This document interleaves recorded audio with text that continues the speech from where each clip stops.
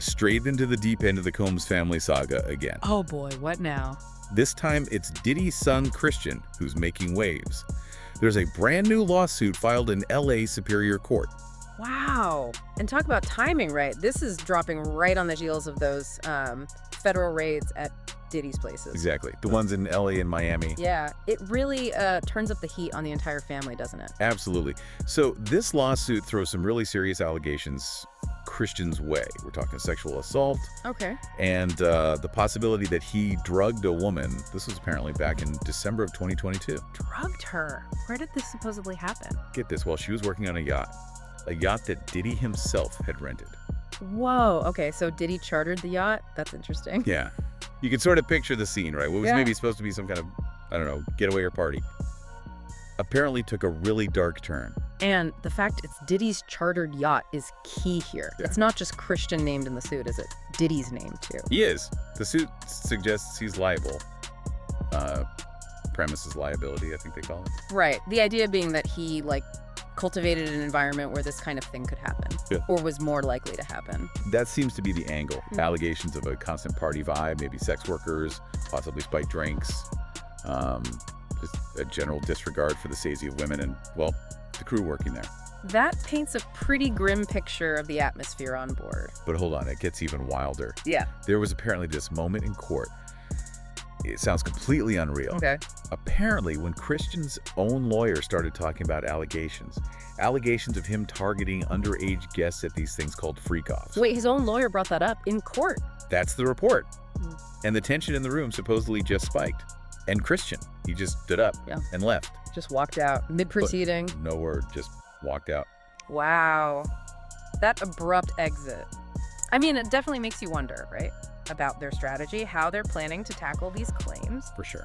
And the mention of freak-offs involving minors, that is particularly disturbing, especially when you think about the ongoing federal investigation into Diddy. Right. These aren't new terms exactly. For context, I mean, for you listening, these freak-offs have been described before in other legal documents as these kind of orchestrated events. Sometimes involving underage individuals. Right? That's been alleged. Yeah, allegations of drug use, sexual acts, sometimes recorded.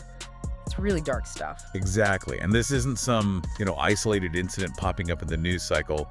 We've got those federal raids. Which we know are part of a human trafficking investigation. Big deal. A very big deal. And now these very specific, very disturbing allegations against Christian directly. This lawsuit, it seems like it isn't holding back on the details. So what jumps out at you from those details? The lawsuit was filed by Grace Omari, right? The former yacht steward. That's right, Grace Omari. And, well, it's not just her account. Her legal team is claiming they have evidence. Like what kind of evidence? Photographic evidence, they say. Bruises she allegedly sustained that night. And also transcripts of audio recordings. Audio recordings of what? Reportedly, recordings that capture her pushing back against Christian's advances, even questioning if she'd been, given something without her knowledge, like drugged. Including that kind of evidence, or claiming to have it, in a civil complaint is, well, it's significant. How so? Well, look, we haven't heard the recordings or seen the photos, obviously, but if they exist and if they're authenticated, they could be very compelling. They could help establish a timeline, support her story. Right, makes sense. And it's also really key for you to remember, this is a civil case. The standard of proof is different from a criminal trial. Okay, explain that a bit. In a civil case like this, they need to show a preponderance of evidence. Basically, think of it as meaning it's more likely than not that the events happened as she claims. So, not beyond a reasonable doubt like in criminal court. Exactly. It's a lower legal bar. Still needs proof, but it's different. And this all sort of circles back to the bigger picture around Diddy, doesn't it? These freak-offs. We've heard whispers and allegations about them before. We have. That Manhattan indictment against Diddy himself described them, remember? Staged sex shows, potentially? And it even alleged, I think, that some attendees were underage, coerced into drug-fueled acts, all while being recorded. That was the allegation in the indictment, yes. And now Christian's name is being directly linked to similar kinds of events in this new lawsuit. And let's not forget Lil Rod's lawsuit against Diddy. That one also named Justin Combs, Christian's brother. Oh, right. What was that about? alleging his involvement in soliciting prostitutes and underage individuals. That suit even included a photo, supposedly of Justin, with someone underage. Man, it's just layer upon layer. And then you had Tanya Wallace's testimony. She spoke about witnessing what she believed were underage victims at Diddy's parties way back in 2018.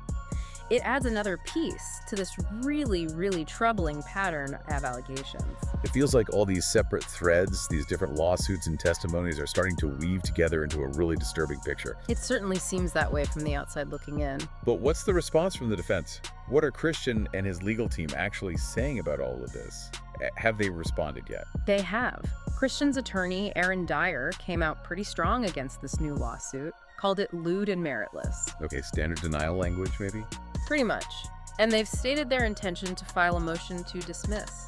Which means? Basically, it's a legal move to try and get the case thrown out before it even properly starts, before a full trial. On what grounds? Their strategy seems to be focused on arguing there's a lack of, quote, concrete evidence. They're pointing to things like missing metadata from those audio recordings the plaintiff claims to have, or a lack of official logs proving minors were actually present at these events. So they're essentially saying these allegations are fabricated, or at least unprovable. That appears to be the core of their defense right now. Strong denial, attack the evidence, try to get it dismissed quickly.